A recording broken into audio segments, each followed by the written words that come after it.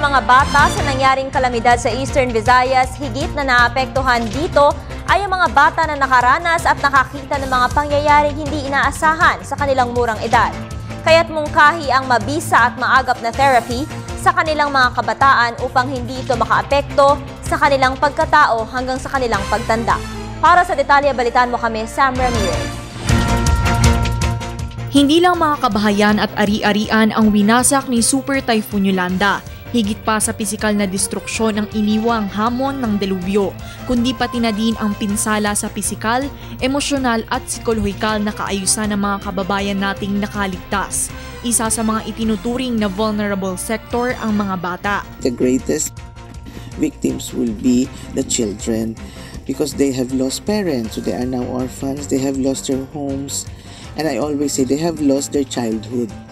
Nawala yung kanilang kabataan because of this tragedy. So definitely they are affected. That's why we really have to give psychological care, acute psychological care. Maaaring magdulot ng psychological trauma ang pananalasa ni Yolanda. Ilan lamang sa mga kapansin-pansin na pagbabago sa ugali o kilos ng mga bata, ang pagka-hypervigilant o o magugulatin, pagkakaroon ng mga bangungot o nightmares, walang gana kumain, pagkabalisa, pagkakaroon ng clinging behavior o takot na maiwan o mawala ng mahal sa buhay, at pagkatulala. Dagdag pa ni Dr. Atienza, maaaring makaapekto sa pag-aaral, pakikipaghalubilo sa ibang tao at sa kabuuan sa pamumuhay ng bata kung hindi maaagapan ang psychological trauma.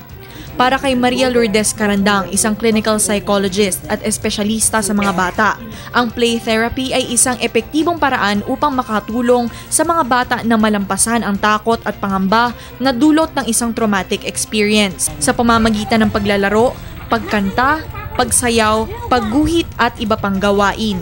Ayon sa eksperto, mainam na paraan ito upang mailabas ng mga bata ang kanilang mga saloobin. Sa pamamagitan din ng play therapy, nabibigyan ang mga bata ng ideya na may kakayanan silang ikontrol ang mga pangyayari sa paligid nila. Paano nyo iniibsan ang lungkot nyo? Paano ginagawa nyo? Naglalaro po kami. Kasi pag naglalaro kami, gumagaan ang loob namin. So it's really natural for them to heal themselves through play. Or the victim becomes empowered in any little way to begin with. No? So that's when they play role, when they sing or they tell you their story, you talk to them, they listen to them, then they have gained that power over the event, which has totally overpowered them. So that's the baliktad. You reverse the psychodynamic of trauma, which is powerlessness, by empowering. Kailanman di na mabubura sa mga kababayan nating nakaligtas mula sa delubyo ang takot at pangamba.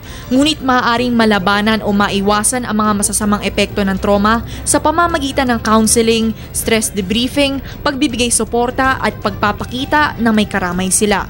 Para sa Telebisyon ng Bayan, Sam Ramirez.